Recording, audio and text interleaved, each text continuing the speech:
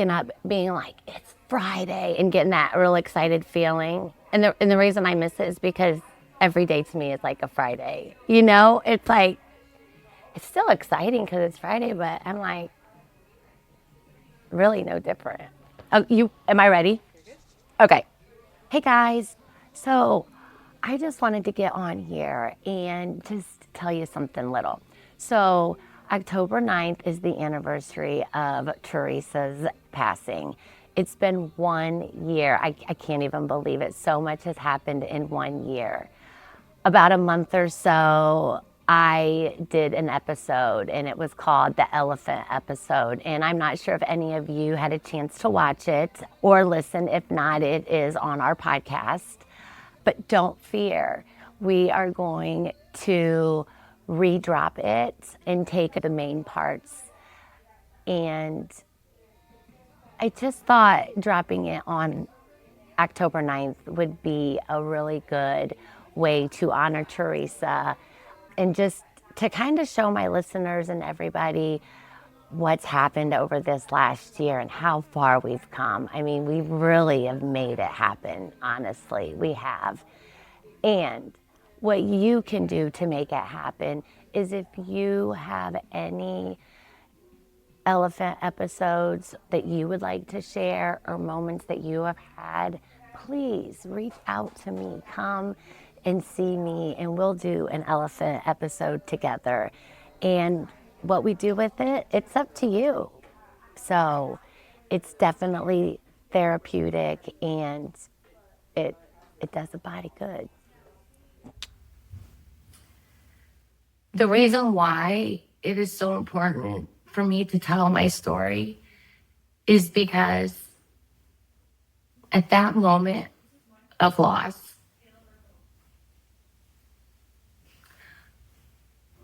I walked away from a salon team that stayed beside me, from all my clients that I had for 30 years, because I couldn't face the day. Teresa was so much more than just my sister-in-law. She was my best friend. She was my brother's wife. They've been together for, oh gosh, I don't even know, 32 years. To say Teresa's death rocked me to my core is an understatement. And I did the only thing that I knew how to do. And that was nothing. I did nothing. I knew my clients would understand. I knew the girls at work would understand. So I walked away. I walked away from everyone. And the feeling that I had, knowing that I did not have to get up in the morning and get ready and face people, was so calming to me. Because all I wanted to do was just be sad. I didn't know any other way. What I didn't know is I was falling into a very dark, deep depression. And that is not me, if anybody knows me. And it's not that I didn't care. It was just easier to go to sleep and just not deal with it, really. Our losses previous, you just learn how to do things different. And hold on to the memories. That's all you can do. But the one that really knocked me to the ground was Teresa. And I don't even know what kind of words to use or to describe. And I'm actually going to just start from the night it happened. My brother, let's see, let me see how this was. Okay, my mom was living in Florida, and Teresa and her father flew down on Saturday for the winter. And then my brother, Michael, came and got there on Sunday. As soon as he got there, they had made the decision, which there had been talk on what to do, that everybody had to evacuate. Everyone had to get out of there because I don't even remember what hurricane it was. And so as soon as Michael got there, they loaded everything up and they headed out. Must have been Sunday afternoon. They're on their way home, and they show up to my house around 11 o'clock that night. And they were tired and lots of stories. So if you've ever visited our house, the first place you go is to the garage because that's where you drink beer and you just relax. So we are sitting out there with Mom and Michael and Teresa and Brad. We're just hearing about all the different stories on the way, their drive here and everything. And it got to be about 1:30, and I had to be at work the next day. And Michael was like, Teresa, you got to be tired. And she's like, I am. So Mom and I took her into a room and made sure she had like her sheets and everything. And she was like, wait a minute, do you have some pizza? Which is funny. So I got her some pizza and we went in there and she was fine. I got up at 7:30. I was at work by 9. My appointments take about 45 minutes. So about 9:45, I picked up the phone and I had probably 7 missed calls from Brad, and finally a text that says, you need to call home. And I knew, obviously, something was wrong. So when I called him, he was like, you need to go home. And I'm like, what is going on? And you just need to go home. And I said, do not do this to me. I am not driving all the way home like I did with Harry, not knowing. Who is it? Who is it? And he said, it's Teresa. And I said, oh my God, did she fall? And he said, you just need to get home. And I said, is she okay? Did she fall? He said, you need to get home. And when I turned the corner, and I prepared myself because that's just the way it goes, right?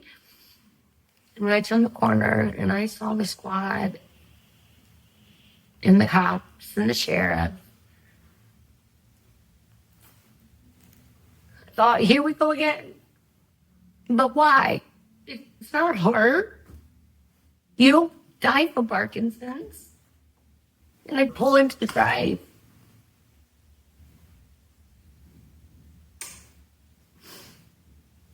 And Michael meets me. And he says, we lost her. And I said, what do you mean we lost her? And then he just explained that when he woke up, she had been gone.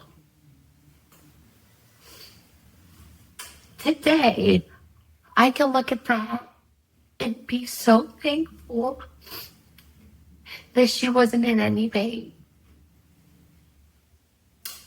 I can be so thankful that God has protected her and took all of her pain away. And I can also be thankful that she was home, that she was in my house. That doesn't scare me.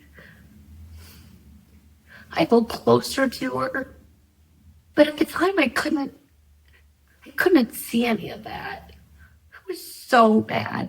I was so mad. I was so... What are you effing kidding me? Like, she's thought 8 years of this. She's done everything she can possibly do. And she's gone like that. And it rocked me. It put me in a really dark place. And I don't know if it's because of all the other deaths and losses that I had and I never really grieved properly, which I don't even know what that means properly. But it was a lot. It was a lot on top of what I had just gone through and actually was still going through. I still was a salon owner. I still was a mom. I still was a wife. I still was a friend. And I lacked all of them. I did. But you know what? I had an excuse, right? I had an excuse. Everybody just felt bad. Just go through a bad time. And I was in a very deep place. And it's still not obviously easy. It's very hard. And I guess that's why I want to get on here and tell my story. Because I know so many people have it way worse in their story. But I'm not here to compete, right? I'm not here to be like, this is what I went through, match that. Because I don't wish this on anyone. I'm here, I guess, right or wrong. Anyone that's listening, this is my opinion. This, of course, I do not have any type of education. Give yourself that time to heal. Walking away from the salon was probably the best thing for me. The way I did it was not right, but I think they gave me some grace with that. And the way I left my clients to hang and dry and just walk out of their life after they've been with me for 30 years. The loyalty that I had felt over the years at Studio M, I knew that I could take this leave of absence. And I knew the girls were going to be there for me. And to me, there's that says it all right there. So what we went through was really rough, but in time, it's still very raw, right? It's still not even been a year. But in that time, I have been able to figure out, for me, I've been able to come to terms with Teresa's passing because she was leading down a road that would have been she's in a way better place right now. Way better. Selfishly, I miss her so much. She lets me know she's here. She sends me dimes all the time and just gives me stupid signs. And I'm like, okay, Teresa. I'm so glad that I have that. And it gets me through. Michael's doing well. Marcus is engaged. Life goes on. But one thing I think I forgot through all of this is I'm still here. And my friends, they never gave up on me. I thought to myself, oh my God, if they invite me one more time and I have to cancel or do a rain check, like just stop asking me.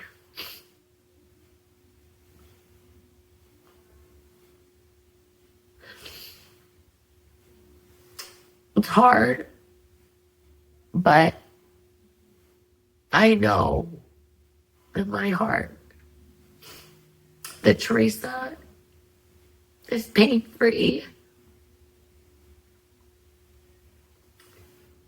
And she has only left us with very special memories that we will always hold. She touched so many people's lives. And I got to see that at the funeral. You know, the Teresa I know was my sister-in-law, and, you know, the stuff that we did, but she was a mentor to so many people. She was, I don't even know, see, I've never been to college, so I don't know college talk, but she was really high up in Tiffin University, and she was a very special person. And back to my brother, he was supposed to be here with me tonight.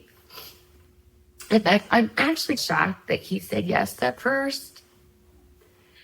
And I told Ashley, I'm like, we need to get him on fast before he changes his mind. And he changed his mind, and that's okay. I guess I was surprised that he even said yes to begin with. He's private. I'm not. I'm an overshare. And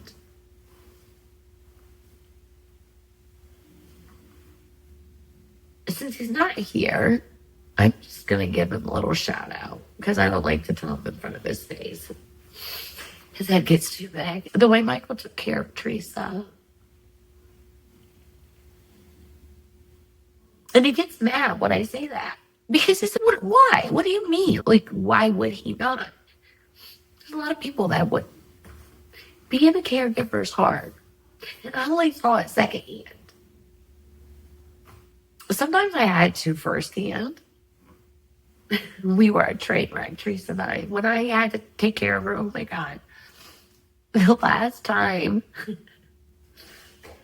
was about a month before she passed. We were going home from Atlantic City, and she was my gambling partner. Mike was such a baby. He couldn't just do Burger King like all of us. He needed Chipotle. So we pull in, and Michael, I'm just going to run in real quick. She says, I have to be here. Michael's, okay. I go, I got her. Michael's like, are you sure? And I said, yes, I got her. We're fine. At this time, Teresa's in a walker. So we're walking in. We're fine.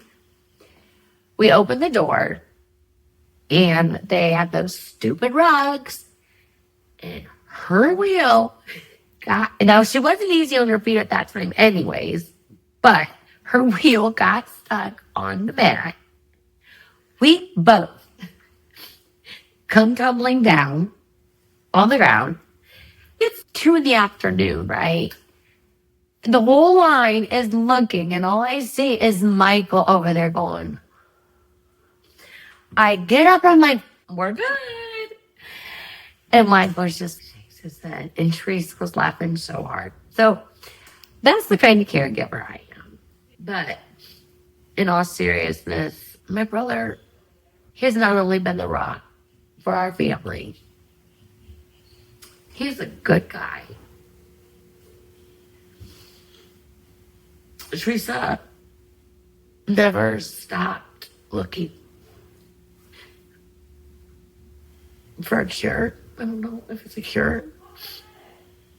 She always was educating herself about new, like, studies that came out and new things. And Mike would just patiently let her do it. God had other plans.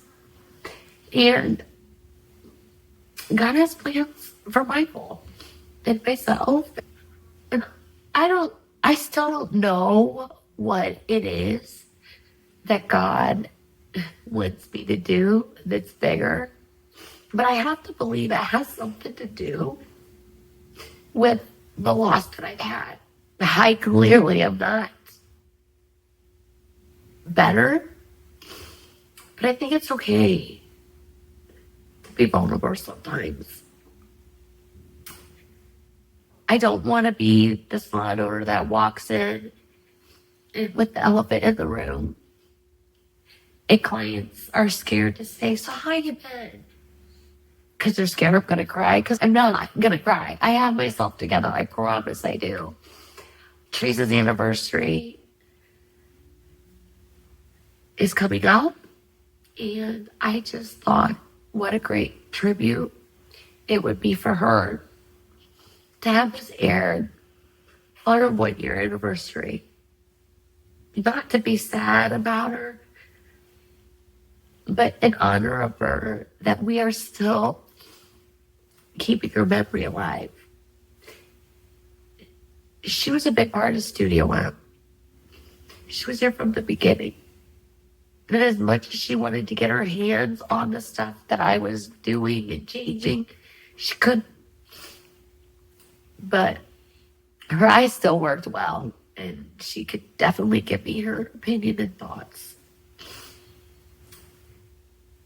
Teresa's somebody in my life that I needed, because if anybody knows her, she's very even keel.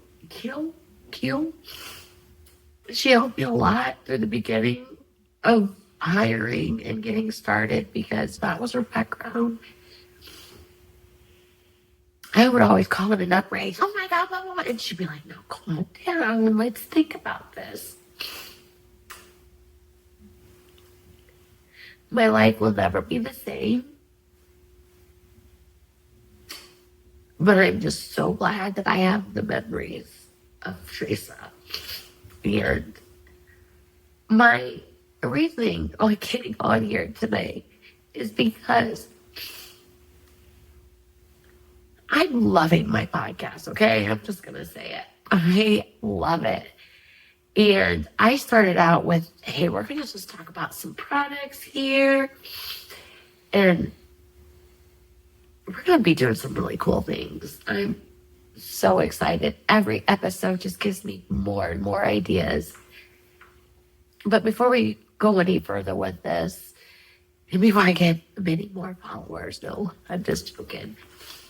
I just wanted to get on and tell you my story, because sometimes in the podcast I might say, and then life happened, and then there's this. And that's what I'm talking about, because it's still really hard when there's triggers. Like, you think you're okay, and everything's fine, and then boom, it's like, whoa, where did that happen? So, if you're dealing with any type of loss or grief, I can definitely not help you, because I'm still getting help, but I can tell you're not alone.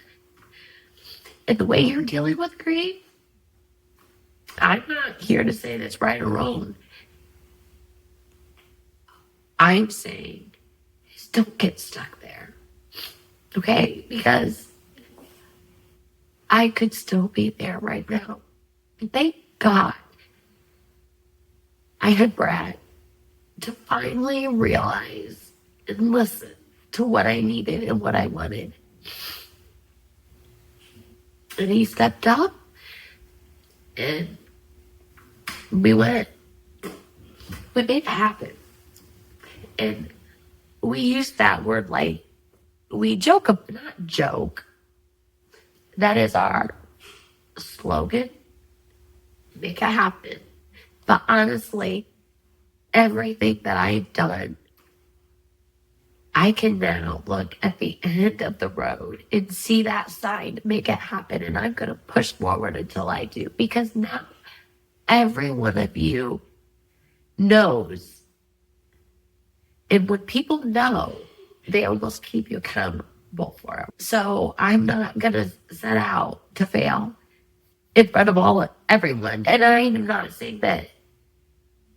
Okay, now I'm rambling. I wanted to use tonight to tell my story. I thought I was going to have some moral support here and have my brother with me, but that's okay. I think I did better without him. He probably would have talked too much. But I got my friend Ellie here.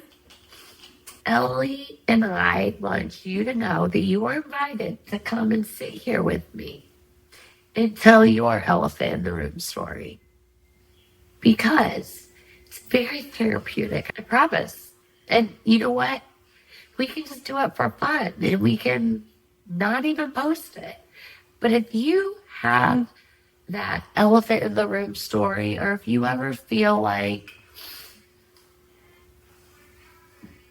there's an elephant in the room and there's a story that goes behind it, whether it has to do with when you were little or when you have, it doesn't have to do with anything with the beauty industry, just anyone that would want to come and sit with me and Ellie, we would love to have you.